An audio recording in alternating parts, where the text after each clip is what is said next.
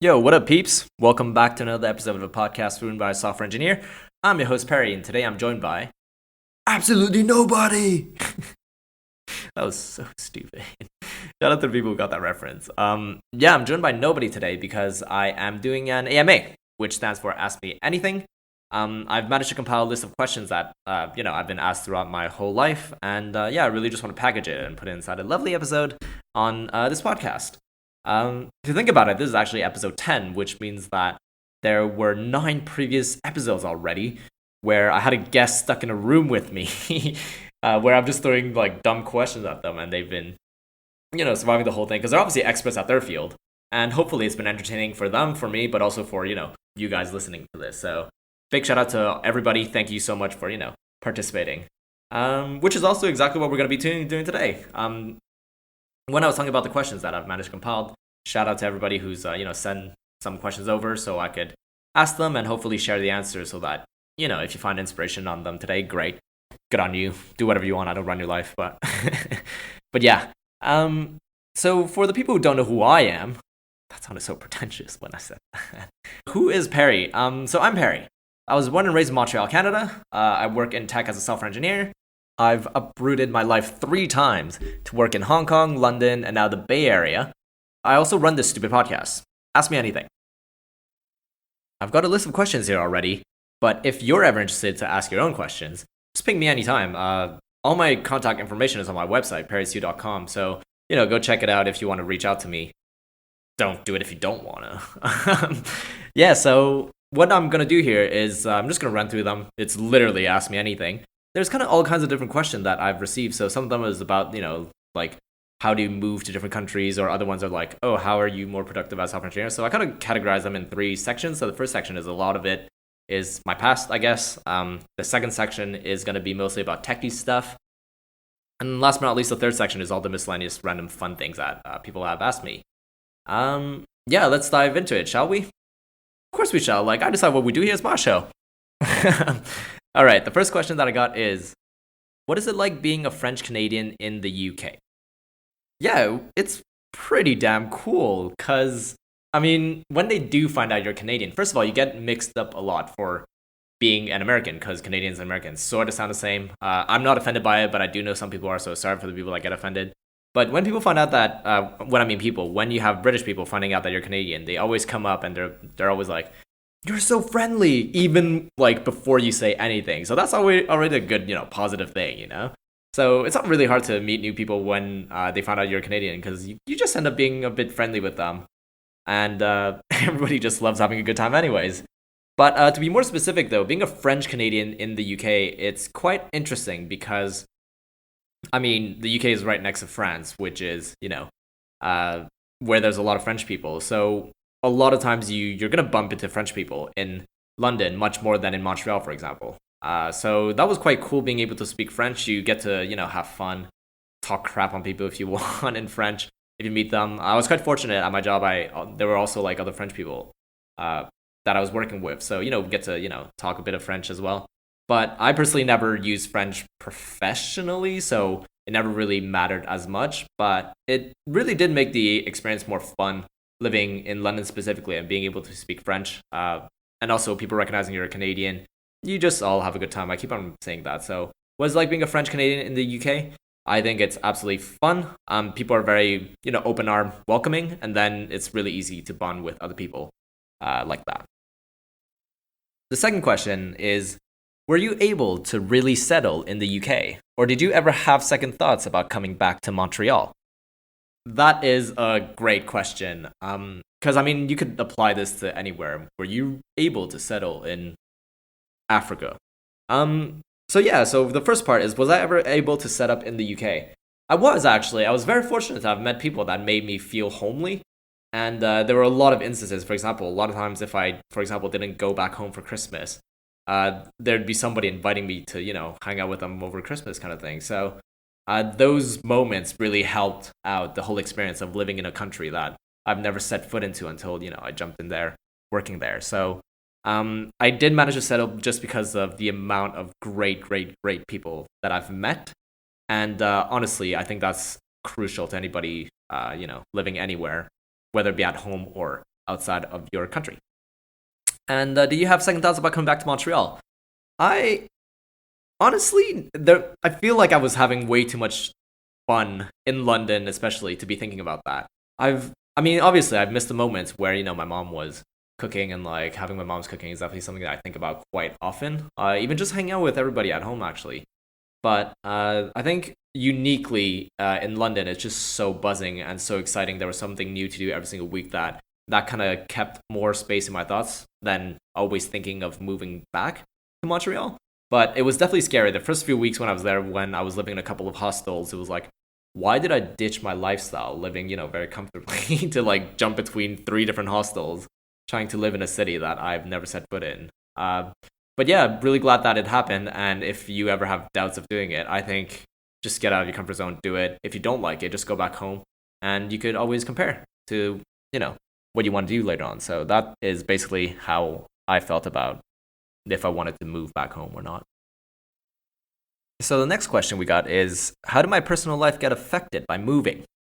A lot, guys. Like, when you think about it, is that when you're say moving, I didn't move to like from one city in Canada to a different city in Canada. I just moved to a different country completely.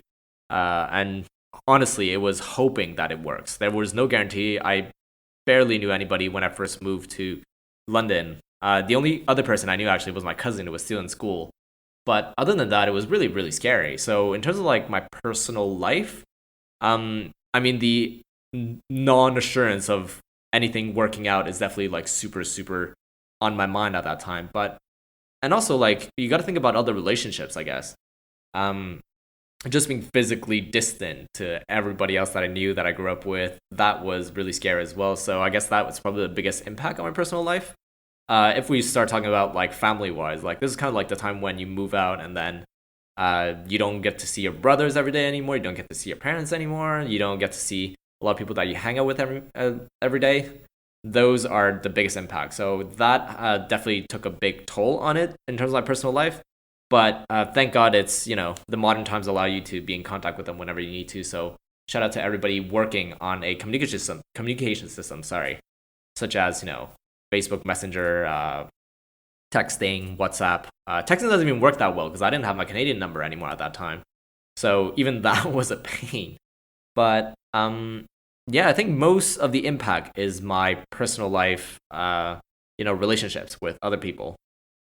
But at the same time, you get the opportunity to develop new relationships with other people that you meet on your journey at the end. So there was a kind of a little dip in personal life stuff happening, but it just goes on, man. You just end up building it. It's always changing. And I think it's really just making sure of looking back and keeping up with everybody that has had a really good impact on you, that kind of keeps up with my personal life at the moment. So the next question is, what made you move? Man, this is like a really broad question, but there's also one very specific answer. For me, in my head, it was more like, oh yeah, just a great opportunity to get more money. I mean, it was mostly a career decision in terms of the reason why I moved from one country to another every time has been a job. So I didn't go there blindly, fortunately. I kind of secure a position and then I move. So that was kind of like the mindset. If we want to broaden this question a bit of like, what made you move, as in like, why didn't I just take a job in Montreal as opposed to taking a job in Hong Kong, London, or wherever else I'd be trying to get a job in, is I think it was really a mindset that the world is so big out there that I really wanted to check it out. And fortunately, one of the great options is that London has a special, treaty with Canada where the getting a visa is, well, for a younger person, like I was back then, was quite, straightforward. So that was one of the opportunity. And when a lot of stuff needs to work together to finally have this opportunity come to fruition. So in my mindset was that if I don't do it now, I don't know when's the next time I'd be able to do it. So when these kind of opportunities showed up, when I first got the chance to move to Hong Kong, to live there, to work for a company at a design company, there was nothing in my mind that told me you shouldn't do it.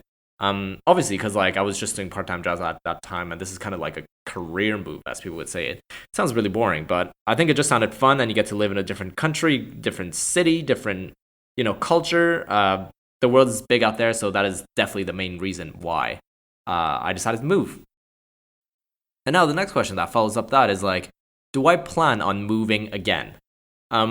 That's a funny question because I recently moved to California from London. I think maybe literally like 4 months ago. So that happened recently. So 4 months ago, I just had another major uproot where I moved to a completely different country, the States, and I've never lived in the States. I've visited obviously because I'm from Canada and we could go there like cross border quite easily.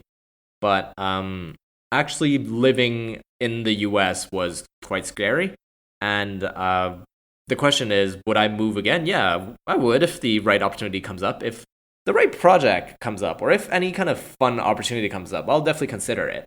Mostly because I think a lot of people would share some of the goals of trying to do as much as they can in their life, and that's the way I see it. Some people will do it by traveling, as much as they can in a year, or some people will try to do it as exploring, driving, going on road trips to many different places as they can. For me, my mindset is more like I want to have lived and experienced a culture in different cities around the world as, many different places as I can. And one of the means that lets me doing it at the moment is that I get to work in the city. And when you work in a city, that kind of, translates to how you live in a city. So that's kind of the mindset at the moment. So am I planning to move again? Not soon. I've only been in California for 4 months, but, if there's anything that happens, the world is way too big to say no to that question. And following up that, which is another good one, is how's California compared to the UK in general? First of all, I like how it's kind of framed like California versus the UK because they're honestly about the same size. I don't know if it's true, but somebody school me on that if ever I'm wrong. So let's talk about general. How is it like living in the Bay Area compared to living in London? I guess that's kind of one of the point I could tackle is living in California. Live in the Bay Area. Sorry, the public transport is garbage. I'll say that because you kind of get the luxury after living in London for 3.5 years that everywhere at least in zone 1 and 2 is very well connected. You could go from one spot to another in less than 45 minutes or so. So you would rarely find anybody owning a car, owning any kind of transport in London. But when you come out here in the Bay Area, is that you have some sort of like public transport, but it's definitely so much easier. The lifestyle will be so much easier if you have like a car or a motorbike or your own form of transportation. Just because it's so much more vast, I guess, like area wise specifically. You're not as condensed as London, and you could definitely feel it when you go to either of those places. Also, in terms of food wise, price for food is quite similar. I guess whenever you go out in London, it's easily £10 plus.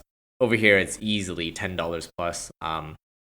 And I guess that's kind of one of the different lifestyle changes that you kind of get used to. In London, everything is tax included, which is always fun and easy to look at. Over here, you got to get your 15% tax, and then you get another 15% tips on it. So that's the kind of difference that you kind of notice every day living in both of these different places. And yeah, I guess that's basically it. That's the two biggest difference that I've noticed ever since living in London versus living in the Bay Area. All right, so the next question is, do you ever plan on moving back to Canada? Yeah, obviously one day. But I don't think it's going to be anytime soon just because there's so much in the world. I think this is just repeating what I said before in terms of the world is so big that I really want to try to do as much as I can now before I get too comfortable and just settle down on somewhere. But living back in Canada specifically Montreal, would be a dream of mine when the right time comes. And yeah, I'm definitely excited and every time I go back to Montreal. So that has always been on my mind. But I think at the moment, in terms of like, am I planning to move back to Canada anytime soon? Probably not. And I think this is like kind of the follow-up question to the previous one is why don't you work remote? So for the people, I guess, who don't know what just working remote is basically, as software engineers, I think we kind of live in a luxury lifestyle where you get to work from home or work from wherever you're based if you're comfortable with it. And I personally don't, I guess, enjoy that lifestyle. I enjoy being at office, because normally you get a sicker setup at the office if you ask properly. And even just the interaction with other people and other engineers, I think there's some sort of overhead that if you're always working remotely and relying everything through online stuff, it's not as concrete as just being face to face with other people.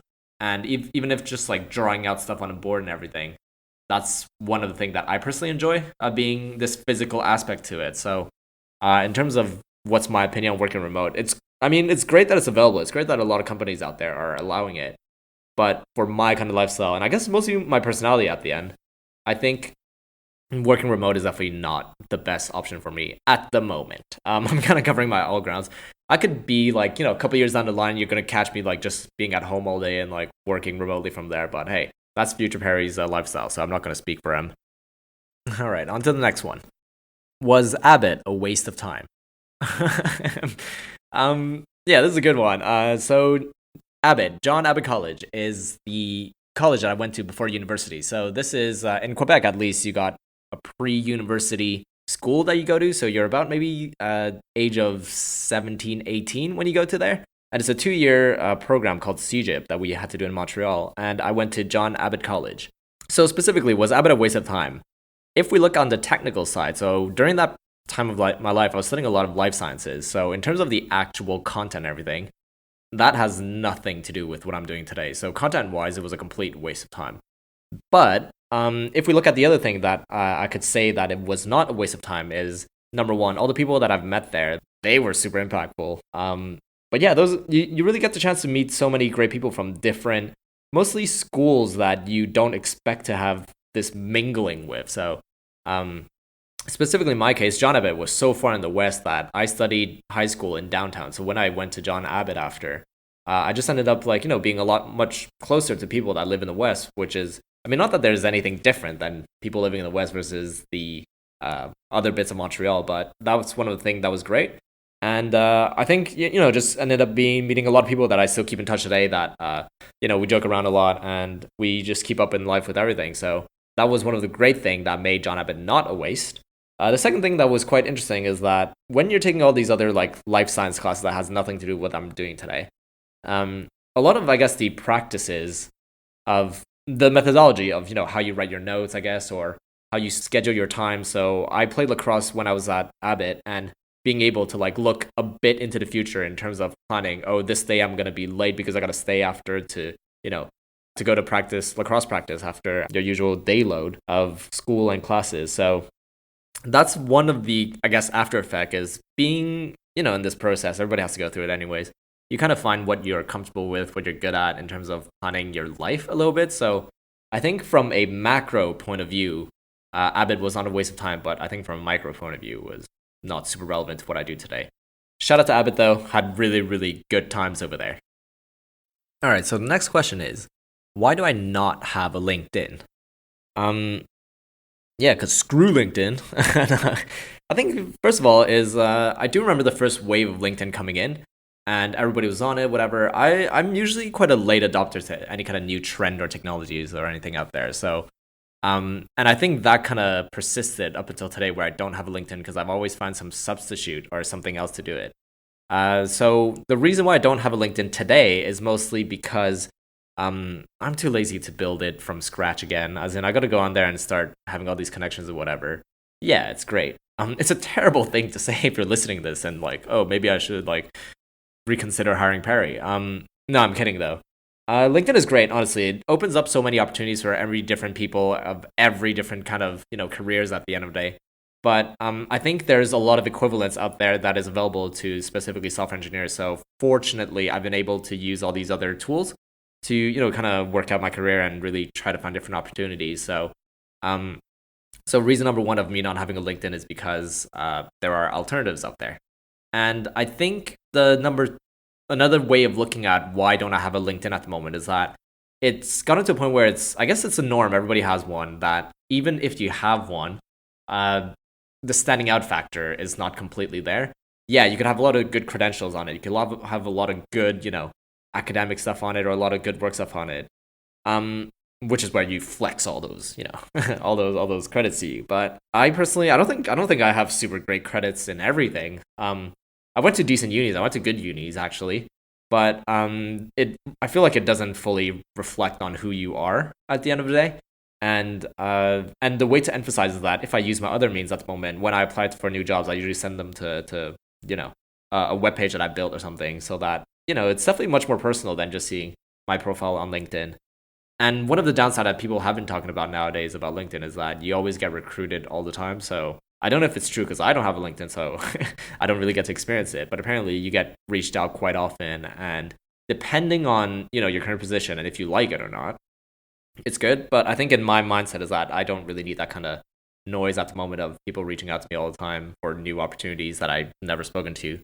I could be missing out on law. Don't get me wrong. If I had one, my life could be very, very different than what it is today. But this kind of puts me in the zone of trusting myself and being out of the norm a little bit, and still accomplishing what I want to accomplish with or without LinkedIn. But yeah, I feel like it's a great tool. There's a reason why it's so much buzz, and it's basically a noun at this point. So that is the reason why I don't have a LinkedIn at the moment. What's the best toilet you've ever used? Yeah, thanks for the question, Adam. What is the best toilet I ever used? Okay, first of all, context. People ask me this because on my Instagram, whenever I go to like public places, whether restaurants or hotels or any kind of public space, if there's a public toilet, I'll usually go there and review it. It's a simple, star system. How many stars? I think out of 5. How great that public toilet is. It has to be public because it needs to be accessible by everybody. Just so that it's an even ground of comparison. But yeah, when I think this all started when I was living in London, where we part of my job we get invited to a lot of like fun places, and a lot of them are kind of a little bit luxurious. So getting an insight of what a really fancy toilet looks like. So I started doing that, but there are a lot of cases where there are a lot of crap toilets. So I'd give it like 1 or 2 stars at the end of the day, or 0 stars if it's really bad. But to answer the question, what is the best toilet that I've used? I'll have to give it to Labs Camden. It's one of the venues in London. They just have extremely cool. I don't know why I'm describing this. So basically, they have like black matte finish like faucets. They had individual cubicles for every single toilet out there. They have a hand wash and a hand lotion thing. Like there were so many good aspects to it that I clearly remember that moment, and I think it just felt really, really good. So that is the best toilet I've used. How long is my hair, and how long did it take to grow? Yeah, I get this quite a lot actually, especially if I meet somebody new or whatever. So currently my hair is stupid long. Is probably how I would describe it. It goes all the way down to my butt basically, so it's really, really long. I started doing this maybe summer 2012 if I remember correctly. There wasn't really any purpose behind it. It was more like I was kind of tired of having an actual hairstyle and like keeping up with it. That if I keep my hair a little bit longer, I don't have to do it in the morning, and I can just wake up and just go kind of thing. So that's kind of how it started. Throughout the years, just kind of you know changed a bit. I started shaving the side of my head, so I used to have both sides of my head shaved, but keeping the middle really, really long. But nowadays, I only keep one side shaved and the other side just the same or whatever. And I don't really put much more thought behind it because obviously I see myself every day, and like you don't really notice your hair growing longer and longer. So I just never noticed it throughout this whole year. But when I come back and meet somebody after a couple of years, like, holy crap, your hair is really, really long. It's really shocking because for me it's like it's the norm, but it really shocks people at the end. So when is it gonna go? I don't know. Don't ask. I'll think about it. It'll be for a good reason. And actually, following up with the next question is, why don't you cut your hair? I don't cut it because I don't know. I don't see the need to right now. The only thing that's quite annoying is that whenever you wash your hair, like when you go to bed, you always have like hair everywhere in your face, and it's just a pain in the butt. But no, I think I'm just keeping it because I don't know. It's easy to maintain. Nothing too crazy about it. I don't have to go to go get haircuts as often as I need to. Yeah, I think from a logistics point of view, like keeping it, I've nothing to lose doing that. But why don't I cut my hair? It could also be just like I'll see how long I can keep up with. I feel like a lot of things in my life I've set that for, and this just happens to be one of them at the end. So the other thing that I said about how long I can keep up with is how long can I keep up being an idiot on doing anything I do. So, but yeah, that's mainly the reason why I don't cut my hair. As I was mentioning, it might happen soon, it might not, but when it does happen, I'm pretty sure a lot of people uh, will, be just as shocked as if I kept it this whole time. And just to have another follow up to that is, how much would it cost to cut my hair? um, Honestly, I don't think it's definitely not a issue of money to cut my hair. I think if you really want to put me a number on how much would it cost me to cut my hair, I think it has to be life changing enough that I don't have to lift a single finger for the rest of my life. But obviously, that's not realistic. Um, yeah, I don't think there's honestly a good monetary reason to cut my hair. It's mostly just how I feel, and then it could honestly switch today from tomorrow and be like, no, I don't like it anymore. I'm just gonna cut it. But I think that's something that I don't think too much about in my life is I'll just leave it like that until something changes at the end. So, but the thing is, like a lot of people have been recommending, if ever I do cut my hair, raise some money for it. That'd be a really good cause to do that. So, that might be part of the plan. But I think, yeah, if ever somebody wants to pay me like billions of dollars to cut my hair, more than happy to. It'll be gone by tomorrow. So, hey, you know where to find me, perrytiu.com. All right. Next question we got. When did you realize you became an adult? This is so much different than all the hair stuff that I was literally just talking about. Um, yeah, that's a good question. When did I start realizing I'm an adult? I think the really concrete thing is when I started having to cook for myself.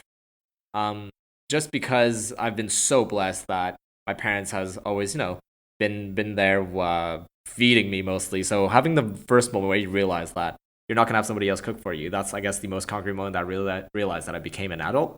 But if we're talking about like more important stuff, is when you start noticing that nobody else out there is gonna schedule your dentist appointment, or nobody else is gonna remind you that you have to pay your phone bill kind of thing. I think those are kind of like the signs that you're kind of living a more independent life. So that kind of makes you more of an adult. But yeah, I think you don't really notice it from one day to another. You kind of notice that like after a week of cooking for yourself, you're like, oh, I wish some like my mom could cook for me again, kind of thing. So that's kind of like the slow realization that you kind of become an adult at that point. So that was maybe when I was 21 or 22, somewhere around there. So yeah. So I guess that's kind of like the obvious impact is, when you move out, nobody's cooking for you anymore. So that's quite obvious. But I think all the other stuff that I was mentioning in terms of you slowly have much more responsibility of keeping your life together and everything, those kind of just like sneak up on you, and they're more norm before you realize that you're becoming an adult at the end. All right. So what do we got here? We got, what is up with my Instagram and what does it mean? Yeah, love talking about this all the time because I'm so overrated about it. Yeah, so currently on my Instagram, I kind of have a series of photos of me just lying down in front of different places around the world, I guess. So hey, go check it out at Dr. Poor on Instagram if you want to see what's going on. But yeah, that's kind of my way of, I guess, like keeping in memory the different places I've been to, and just sharing it with everybody, which is what Instagram is for at the end. Um, but what is up with it? It's basically, the concept is the first ever time I've ever done that pose that I keep on doing on all the photos. That is really really weird because people give you the eye when you do it. I did that first thing where I'm lying on the ground, kind of like a dead body, when I was at my university graduation. And the thought behind it was that that's honestly the mindset of every single student out there. Whether you've done it really well, like done university really well, or whether you've done terrible in university, I think that's a common shared feeling that everybody is basically beat up by the end you graduate. And it was kind of just a expression of, what, instead of saying, oh, I'm so fed up with the university or I'm so done with it or whatever, you just end up lying there. The world stops for a moment. And so that's the kind of pose I did that at my uni. So one of the, I guess, main entrance, you could see one of the iconic building of McGill. I just did a dead pose in it, and I was in all my graduation gown and everything. So I got my brother to take that photo, and yeah, I think that kind of just reflects on the mindset then. But then if you think about it now, is that like it always feels like an up, like it always felt it's only getting better from that point. So that's I mean, that's kind of carried through all the other places that I've been to since. So if you look at the series of photo, I think a lot of them are from different locations like Malaysia, from Singapore, from France, Germany. I'll usually find like a iconic landmark in that town, and I'll just do that pose just to remember, you know, where we started and if how long I could keep up with. That's the other thing that I mentioned before. What other dumb thing I could keep up with is, first of all, my long hair. I'll keep up with that, and this is the other stupid thing that I'll do is that I'll keep up with that and see how long I'm gonna keep up with doing it. So, next question: why did I start this podcast? I don't know. No, I think this is more something that I guess there's a lot of answers to it. Number one is that I think throughout my whole career, but even before I even started working in tech, is that I talk a lot of crap. Like it doesn't, a lot of them doesn't make any sense. A lot of them are really random. A lot of them are not productive at all.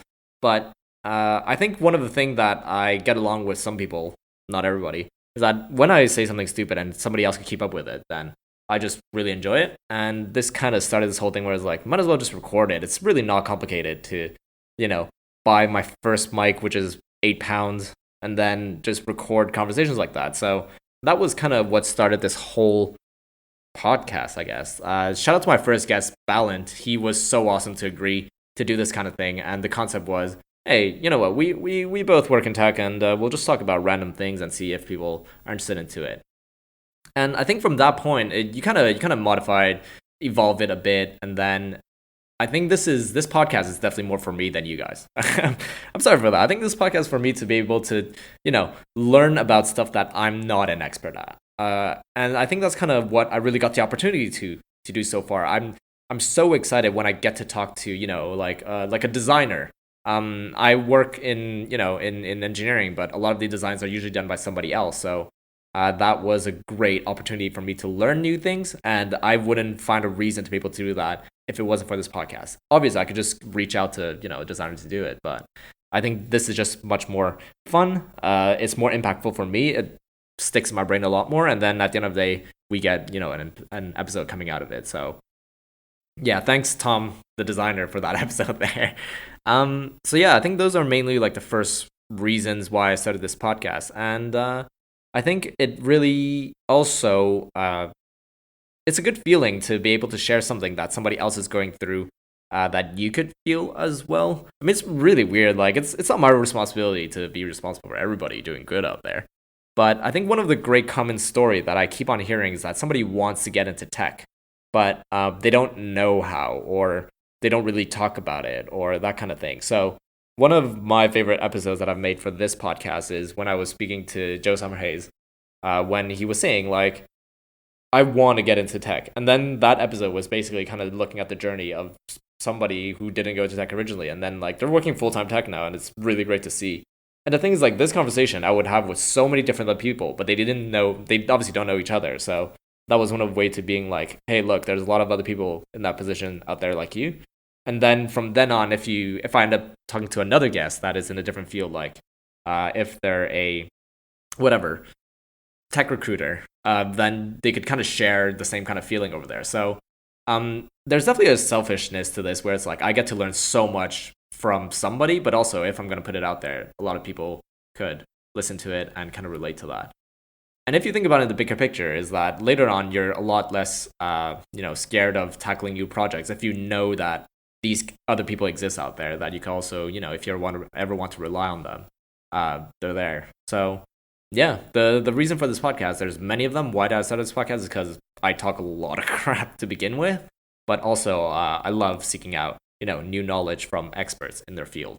And if ever I get the chance like this one to use this to answer some questions and share some of my knowledge out there, this is definitely a fun way to do it. So you know what? If you want to start a podcast, you do it. I'm more than happy to help you out. Those are my reasons. Let me know what's yours. All right, what do we got next? What is it like for my first job being in a startup where the future of the company is unstable versus a multinational company? This is a great question because I actually get asked this quite a lot, which is quite funny because every company I've joined, they've all been startups. So I can't really speak for, working in a massive company like Fortune 500 one. But fortunately, I've been speaking to a lot of people who's been in that position and really just try to compare, what's the difference between the two. So, what was it like, first of all, working in a startup? Startup are named after startups for like, different reasons. One that people keep on imagining is, startups is really hippie vibe. You get hammocks around the office, or you could, hang around with bean bags, ping pong tables, like pool tables everywhere, and everything's a little bit unstructured.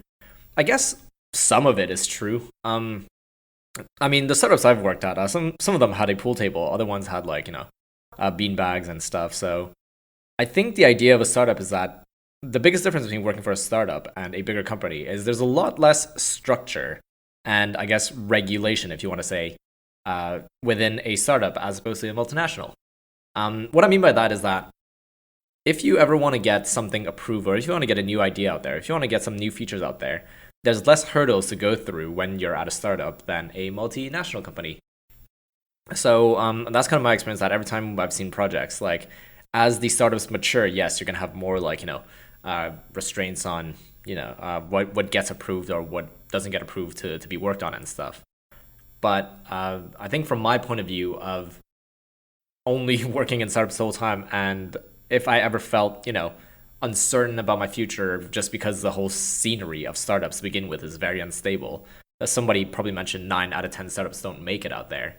How did that impact me at my job, kind of thing? I mean, at the end of the day, it is something that you think about, but I think a lot of times before you get into projects like that, you kind of look at it and you kind of feel in your mindset how long this is gonna last, kind of thing. But nobody could ever tell. Something could shut down tomorrow, and you wouldn't be able to tell. So why did I decide to do this? It's not really a decision, actually. It was like I'll take whatever opportunity that kind of matched my criteria at that time, which was I get to work in a different country, I get to work in tech, and yeah, if the project itself is something that I could relate to or something that I could understand to begin with, then those are kind of like my criteria. So it didn't really matter if I ended up in a multinational company or a startup.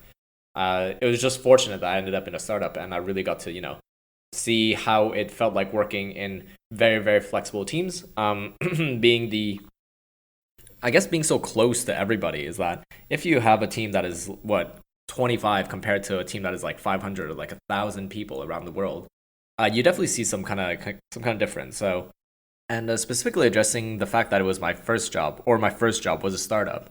I feel like it's gonna be a soaking up experience. Anyways, what I mean by that is that you're so young, you're so green, you're basically a sponge, and you're gonna soak up any information, whether it be starting at a startup or starting at a multinational company. So, something that could go wrong is that a lot of startups might have a little bit more bad practices here and there.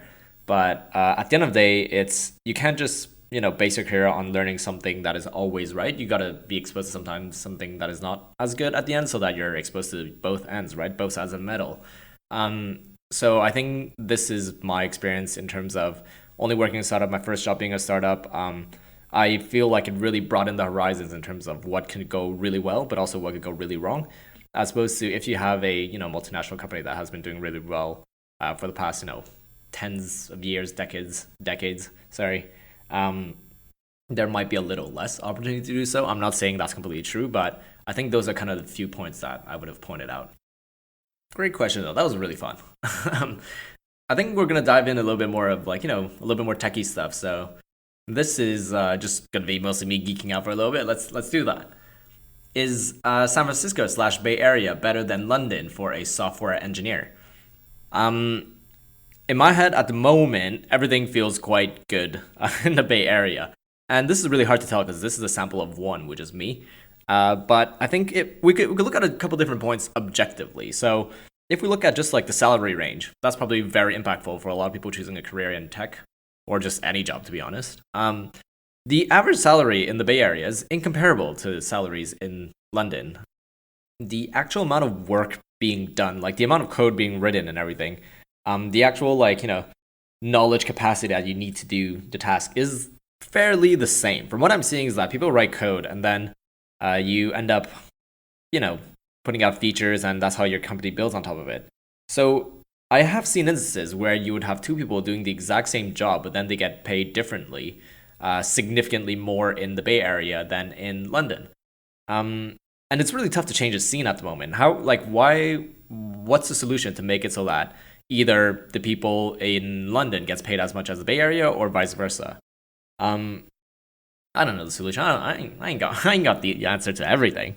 Um, but I think that's one of the major differences that for if we're talking about money wise, the Bay Area is very incomparable to a lot of other places just because how I guess competitive it is. I think it's the fact that just because it's become quite a standard that if you offer anything less, people are either disappointed or you're not matching up to other people's expectations. So unless there's like a really high change in the expectation of people who work in London and the engineers in London, and they all expect like a higher salary at the end, and then it gets really competitive.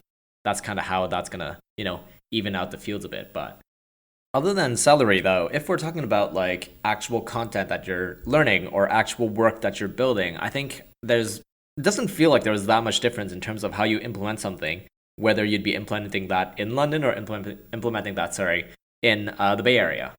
So I guess that's one of the things that, one of the great thing is you could pick an engineer from any part of the world and they'll have some certain understanding of a concept that could be shared for with somebody else around the world.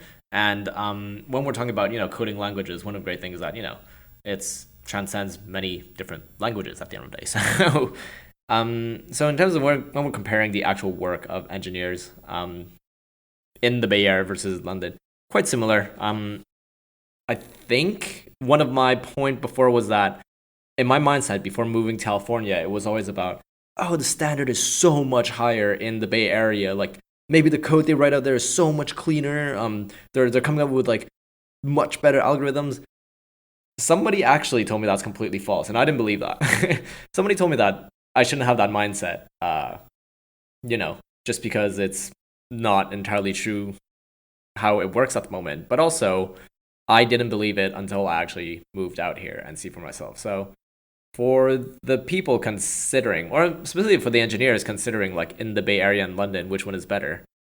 If money is a drive, then Bay Area is very, very attractive. There's a lot of incentives to be doing it over there. But if your drive is more about, just learning good practices, learning how to have an impact on other people with your code and everything, both places have equally as many opportunity to do so.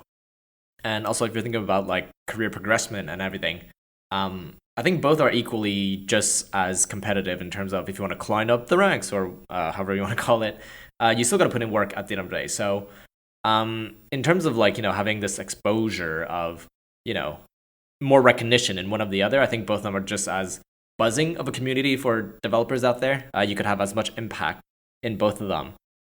But if you want to take the outliers at the moment, there's a lot of like all the CEOs of Facebook, Twitter, Jack Dorsey, all these names that you hear related to tech, definitely more prevalent with the Bay Area. But London is definitely a hub for something like that similarly. So I'm very, very premature at the moment in terms of like, my career in the Bay Area as a software engineer. But if you have the drive, I don't see you failing in either of those two environments.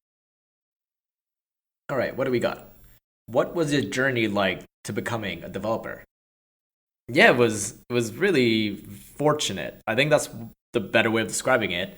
I think a lot of stuff kind of fell into places unwillingly, and people have been treating me nice so far in a lot of the roles I've been into. So that's kind of how I see it. But uh, if we want to look back at what point this kind of started happening is I mentioned before that I did loads of life sciences up until my first year of university.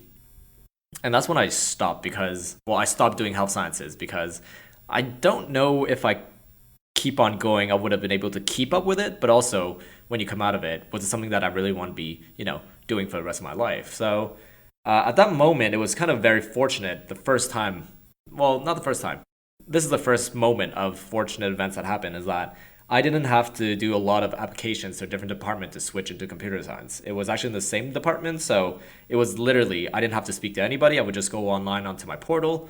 There was a drop down of my major, and I could just literally switch it to computer science. So I went from physiology and math to computer science in literally 10 seconds of me clicking onto a page. And from that point, you just adjust all your schedules to, comp sci classes, and you kind of finish your degree with it. Um, so that kind of like the beginning of how I became a developer. At that point, I didn't write a single line of code, by the way. Like until I've actually taken my first class of comp sci whatever, which is after I've switched program, I haven't written a single piece of code. I've done a tiny little bit of HTML in high school, which everybody does, so I don't think that really contributes as much. But well, it does. Sorry, what I said previously was completely stupid. Yes, writing code in high school, 100%. I'm 100% for that. So I mean, that kind of did it, but that wasn't a conscious decision. Sorry, so everybody kind of went through that, so that's fine. The conscious movement of me starting to become a developer is when I changed my degree, started taking all these classes of comp sci. It's still a pain though going through uni doing comp sci, but I guess everybody's got to get a degree at some point, which is not true, but I'm from an Asian family, so that kind of is. So yeah, so that kind of started kicking off the thing. That started getting the ball rolling. The second biggest moment is when I graduated. I by that point I haven't had any internships. I haven't done any significant work in tech. I haven't worked for any big company. So that was the kind of worry in my head where it's like that could have been the end of my career. That could have been I got a comp sci degree and then I just ended up doing a job that is not comp related. So what I got really lucky with is I just put a lot of stuff out there, a lot of application around the world, and just to see if any one of them stuck. And fortunately, I got my first opportunity in Hong Kong. So that was kind of the second moment of luck where somebody was willing to give me an opportunity to, use what I learned, quite still premature at school, what I learned to apply it into real life scenarios of building websites and everything. So from then on, it was kind of do that, heads down, just keep on working at it. It's never going to be perfect at the end of the day. What I'm doing today is not perfect at the end of the day. So it's really just making sure that you're very open to all kinds of different opportunities and just having the confidence to, do it at the end and not having to rely on somebody else to, hold your hands and search you the ideal job at the end. So, so I mean, it's a very short description of how my journey is at the end. But I think it's really those pivotal moment of switching degrees in university and then getting my first position after uni that kind of just propelled this whole thing about building websites and stuff. When did you know software engineering is what you wanted to do? Yeah, very, very similar to I guess, what I've been talking about this whole time is I don't think that there was a decisive moment where I 100% wanted to be like, oh, I'm going to be the best software engineer out there. I'm going to do the rest of my life. I'm going to, build so much stuff and everybody could use it. Yeah, it was definitely not that. It was more like I ended up choosing comp sci in university because I didn't want to do one of them. So out of not liking one, I ended up doing another thing. And just slowly discovering this path of fortunate events, as I was describing earlier. But I think it's actually much later. I think it's more recent that I kind of realized that being a software engineer is great just because you have the ability to, be creative in a technical way. What I mean by that is that if you have a concept of a blank canvas and you could build whatever you want out of it, a website, an app, whatever you want, you could do it, and then you'll have other people being able to use it, and then just really have this like impact on other people's lives.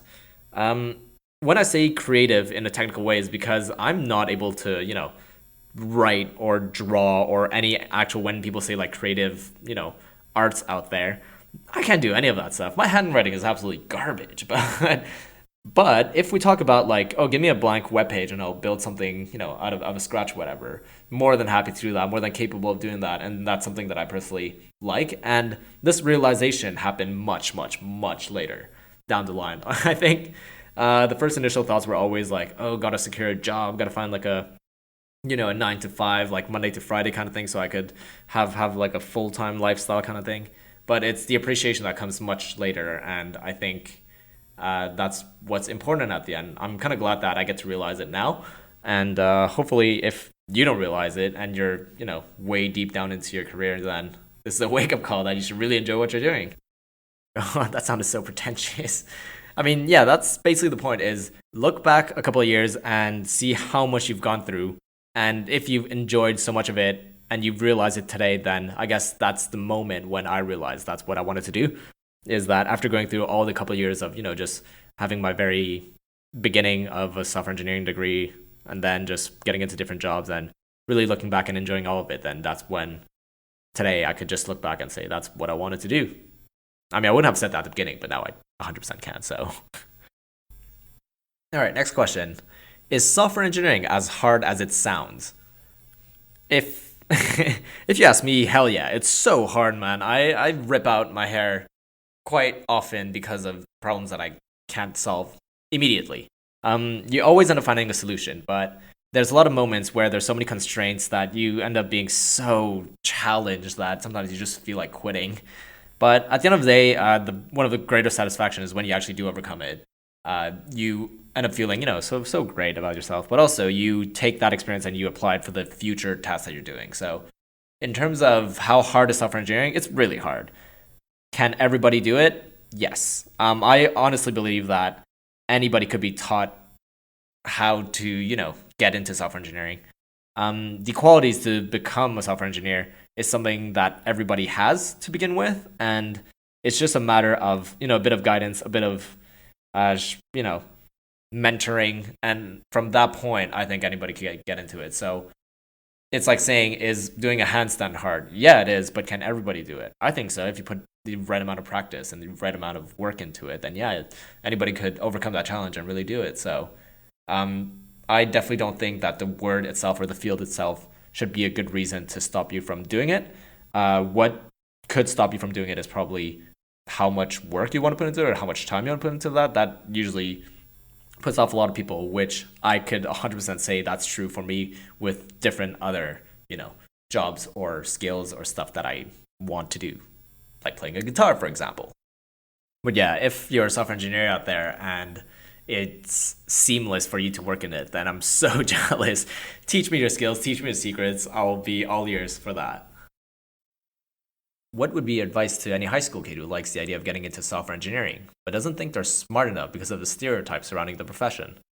That's actually a great question. I think my advice would be, if you like it, do it. Not being smart enough shouldn't be a reason for you not to get into it, just because no matter what, after high school, I think you're not smart enough to become an average engineer anyways. There's no way somebody who graduates high school or graduates under an undergrad degree is going to be better than an engineer who's been working like maybe 2 years from a full-time engineering position, just because all the technical capability can be learned after your studies. So no matter what, coming out of it, you're still going to relearn everything. So if you have the intention and the interest of becoming a software engineer, that's 80% of the job done. Don't worry about not being smart enough, because we're always going to be not smart enough to do something. I'm personally not smart enough to do a lot of things, but that's the whole point of experiencing it and having part of this journey, that you keep on learning something new every day, not just before you graduate, but mostly after. I say that just because the big bulk of all the skills that I'm capable of using in my day-to-day job nowadays has definitely been learned after my studies. So I think what's really important is, if you have the interest, go for it. It doesn't matter if you think you're smart enough or not. All right, what do we got next? What techniques do you use to balance the work priorities of a company with your own coding interests? And how do you deal with cases where they aren't aligned? Oh, another great one. So a lot of times when you have, when you get assigned different tickets at work, it's quite clear in terms of the goal, what you want to do. If you're building a new database, or you're building a new feature for your web app. So now if we're talking about the priorities of work, a lot of it is definitely, generating money and having a lot of impact and making sure that, we're growing as a company, so that, we could keep on surviving, or we could keep on having, better market share of what's going on. So now if we compare it to your own coding interest, they're not mutually exclusive. So if you're in a project that you're really involved into and you really like having the impact of seeing the numbers go up and everything, then it's great that what you're doing out there is exactly aligned with the project, which is aligned with the goal of the company, which everything is so harmonious and synchronous. That is honestly the ideal scenario for anybody working in tech, especially the managers, because they get the outcome that they want. But we're talking about cases that there are times when your interest is not fully aligned to the company's interest. What I mean by that is, there are cases, maybe you want the goal to be the same at the end of the day, so that's fine.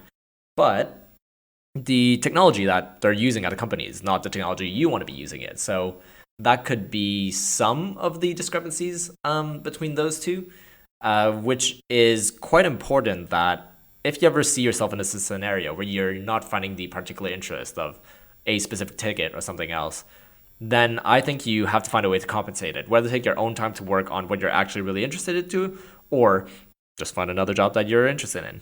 Um, it's a lot easier said than done. I think these kind of issues don't show up as much when you're a greener engineer. When you start becoming an engineer, these don't really show up because everything that you touch is completely new, and when something is new, is always fresh, so your interest is always there.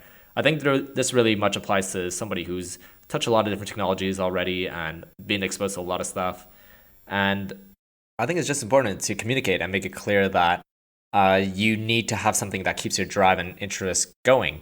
So, what are a couple of techniques of balancing this? Then I think one that I personally find really really good for myself is if ever there's something that I'm very interested in, but I cannot apply it to something that I'm working at work, basically, start a side project. Build another project using a technology that you haven't used before, but you really want to use, and then build something out of it. It might, you know, really increase the interest that you got to begin with for that, or it could just like be a fix for, oh, I've tried it, it's not as cool as I think it is, so maybe another one. So that's one technique that you can use to balance the work priorities.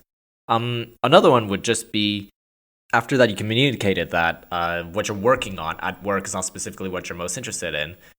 Some companies are so big enough that you could actually switch different teams to a different project that uses maybe a different technology or something. So I think that's one of the luxury of the bigger companies is that this kind of communication, they have a lot of solutions for it, where you could, test different things out. It's not uncommon for an engineer to go from one team to another, just because their interest is, shifted over time. So the two solutions I mentioned real quickly is basically number one, start a side project with your coding interests and see if it's something temporary, or if it becomes something that is really, really big, then you could find a way to commit to it for the next couple of years. The number two solution is talk to the people involved into why your day-to-day work is not your coding interest. And in that case, it's so much better to tackle the problem as a team instead of as an individual. So the next question is, what are the main differences between tech in different industries you've worked in?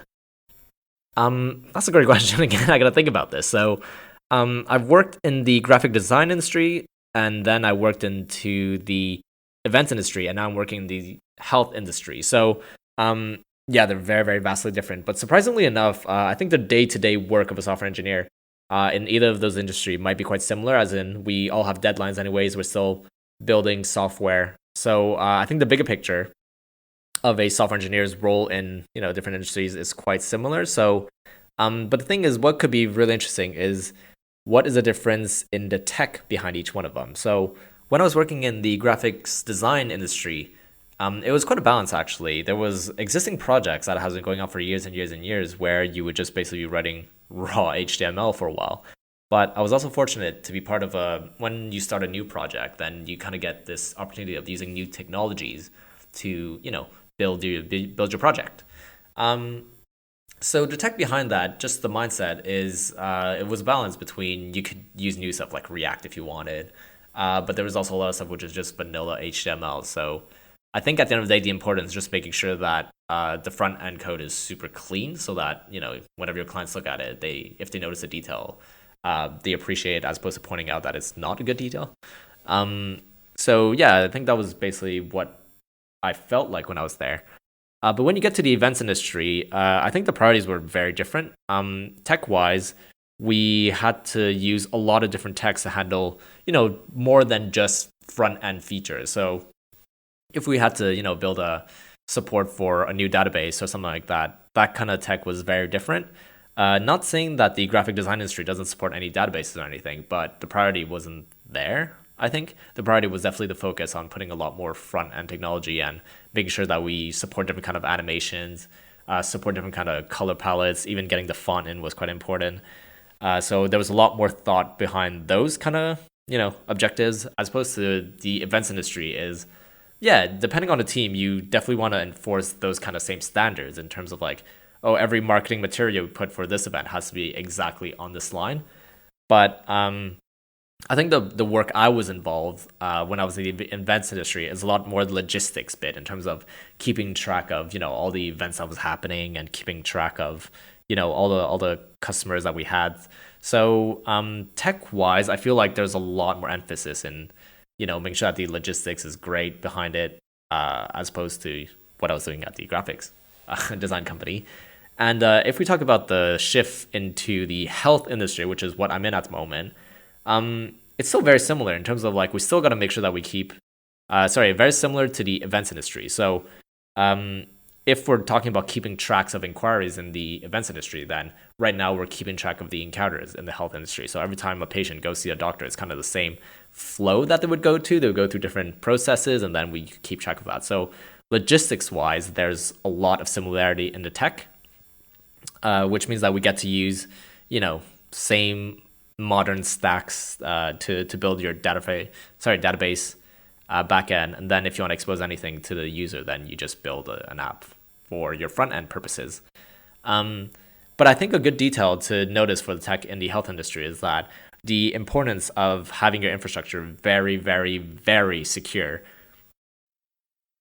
is definitely a lot more predominant in the health industry. So just because I don't know if it's because it's in the States or just because, we're talking about patient information that is very, very heavy on the privacy. So tech-wise, there are a lot more measures to make sure that all the information is permitted for only certain users and, all that different fun stuff. So the main difference is, I guess, as a big picture is tech-wise, a lot more focus on the front-end bit for the graphic designs industry. For the events industry, I feel like it's a lot more logistics where you got to have the right infrastructure for that. And tech-wise in the health industry is going super hardcore on the security and privacy issues. All right, what do we have next? Have you ever spent a whole workday in the office pretending to work but actually doing something else? If so, what? All right, is somebody trying to call me out here? To be completely honest, I've never spent a day doing something that was not work related. Just because I was fortunate enough again to be working on projects that are always interesting and having a problem to solve, and they're challenging, and coming up with a solution is probably something that I personally enjoy. And I find it really hard to be actually doing something else that is not tracked. I mean, not that anybody's breathing down your neck when you're coding stuff, but I think a lot of times most teams are quite in sync in terms of who's working on what and the progress along of how far you're in the middle of that ticket specifically. So unfortunately, I haven't spent a whole day pretending to work, and yeah, I guess it's more a lucky thing where I don't really notice these kind of moments where, oh, I wish I was not doing this ticket, or I wish I was doing something else at that time. So yeah, so I don't have any stories of me pretending to work doing something else. So the next question is, what are the right questions to ask when sourcing a developer for a particular project to make sure they know what they're doing? The answer is you never know if they're going to be good or not. No, but there's actually a lot of questions that you could ask to have a good indication on if they're, somewhat capable of doing what you're expecting them to. So if I'm running this through on top of my head real quickly, is I think number one that is quite important is ask them if they've built something similar before. I think that's going to save you a lot of headache down the line. A second question that you could ask them is what kind of technologies they've used before. Just because it's quite important to keep up with, I guess, the latest technologies that work. So if they're used to using technologies that has been used for the past 20, 30 years, that hasn't really been changed, and it's really hard to find somebody else to work on it after that they've finished working on it, then that might be, kind of like a little red flag if ever it comes to that point. So even if you yourself is not savvy enough to know what kind of technology, I think it's good to consult even just a quick Google search to see what is the modern technologies being used, and if the person that you're sourcing ends up, listing a couple of them, and that's the plan of tackling your project, then I guess that's a good indicator. So knowing a little bit about the newest technology and what they're planning to use is definitely something good to clarify to begin with. And I think number 3, in terms of a good question to ask when you're sourcing a developer, would be, what is their guesstimate on how long the project is going to take? I think you yourself should already have an idea of how much time you want to be investing into this project. And if they say something similar, then it's good that you're both in sync. But if they happen to say something completely wildly different, then I guess it's good to investigate why exactly it's so different. Maybe invest a little bit of time in clarifying if they understand all the feature required of that project, and then just really check out if it's reasonable to keep on going forward with sourcing this developer. So I guess those are kind of few ones, but there's definitely so much more that you could be asking. All right, so the next question is, what information do I need to have ready for development of a new feature before contacting a developer? Um, Maybe I should have answered this before the other question. So in terms of what information do you want to have before starting to, hire a new developer? I think it would be number one for me is having some visuals, any kind of designs, any kind of animations. Those are super useful just because you're not kind of like making the other person imagine what it looks like. So that's super useful to have on hand before the first meeting. The second one would be a clear, I guess, kind of short answer to what your project goal is. So if you're sourcing a developer to build yourself like a shopping cart website kind of thing where you could buy clothes and everything, then just be quite concise. Be it's a a website that lets you pick clothes, put them in a basket, and you could check out and you could pay through it, and really follow the whole process. So just having a clear goal into what that project is in a really short, concise term, that'll be great. And I think the other thing that should be prepared before these kind of first meetings would be a list of every single feature required of that website.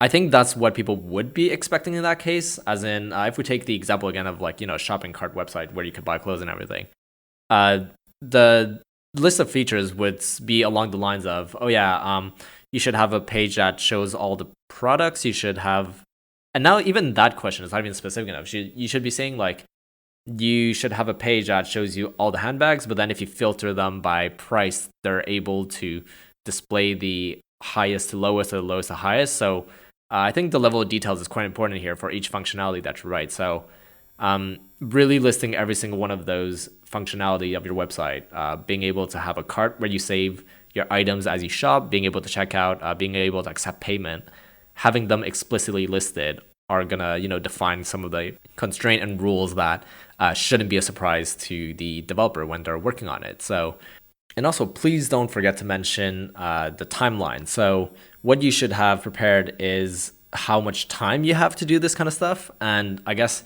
this is kind of the right place to figure out what's your own budget to be investing in this project. So all that kind of calculations, all those kind of numbers should be crunched before even the first meeting. And I think it's really good to emphasize and make it clear on what kind of timeline that you're working on. Okay, well, that was a lot of heavy tech stuff, like techie questions, but yeah, let's just close off with like all the fun random questions that I've been asked. If you could travel back in time, when would you go? Um, I don't know, man. I don't know enough about history. I've never been great in all the different eras. Like people would say, like, oh yeah, it's cool to go back to the pirate era where you could like travel the seven seas, but a lot of people died from whatever diseases they had in the ship, so I didn't want to go back then. So I think there's no better era than living in the current moment. So my answer would be I'll travel back in time to whenever I was born exactly and just live my life again. What a boring answer, but this is what this is for. The next question is, what makes you optimistic for the future? Um, for me, what I'm really optimistic about, the near future is just like all the cool technology, that are coming out that we get to experience. So I personally don't use it, but when people are starting having wireless charger and they don't have to plug their phone anymore, it's cool to witness it. Not saying that I participate in all of that, but I'm glad to have seen it. All the wireless, not wireless, sorry, all the electric cars that we have nowadays. So all the Teslas coming out and all the rivalry that's coming out for that, that's really cool in terms of what we're capable of doing. I'm still waiting for electric motorbikes, so that is definitely something that I'll be keeping track of. So those are like the new future stuff. But if we're talking about longer term, in terms of what I'm being optimistic about, is I just want to see more and more techie things happening that benefit social issues at the end of the day. So if we're talking about technologies that will make you feel safer at home, like Ring, then that's great. But I can't think on top of my head any other technology specifically that has a direct impact like that. So what I'm optimistic for the future is people building out technologies that will benefit social issues. All right, what do we got here? We got what's the stupidest thing I bought? I don't know. I don't really buy many stuff. I'm not a big clicker online that instantly gets me, packages from Amazon every 2 seconds on my desk. But I think the first thing that popped in my mind when you asked this question was the stupidest thing I bought is I remember my first paycheck ever from my first job. I spent it on a set of headphones, V Modas. I think they costed like $300 Canadian at the end. It was so stupid expensive. But fortunately, I've used them for years and years and years, so it wasn't that bad of a investment. But it was definitely something stupid that I shouldn't have bought on my first paycheck. um, if you could tell your 10-year-old self one thing, what would it be? Just keep on living your life, man. I don't really want to mess around with my 10-year-old self. I don't want to give him ideas of doing something different because I think, yeah, just keep on doing whatever you think is right, whether it's right or not, just because at the end of the day, you are responsible for your own decisions. And most of the time, if you do right decisions, you feel very satisfied and, accomplished from it. So just keep doing you. Don't try to bend over rules for somebody else and lie to yourself. How did I learn to ride a motorcycle? So I've been speaking to a couple of people about this where ever since I moved to California, well, you guys know it's completely crap in here, the Bay Area. The transportation sucks. So I wasn't super into, sorry, wanting to invest into a car. So the middle ground was to get a motorbike. But I'd never had a license before. So the solution is I spoke to a couple of people, and you basically do this class that is over a weekend. And it's a 2-day full thing. It's, you get a couple hours theory in class where you learn the logistics of a motorbike and everything. And then you got about 10 hours on a parking lot riding motorcycles. So you just do that. And then if you pass that class, then you just show up to the DMV and you get your full motorcycle license. So that's kind of how my experience started with riding motorcycles. Anyways, that was the last question of this AMA. Thanks again to everybody who sent me these questions. And yeah, thank you guys for listening to this episode. Catch you guys on the next one.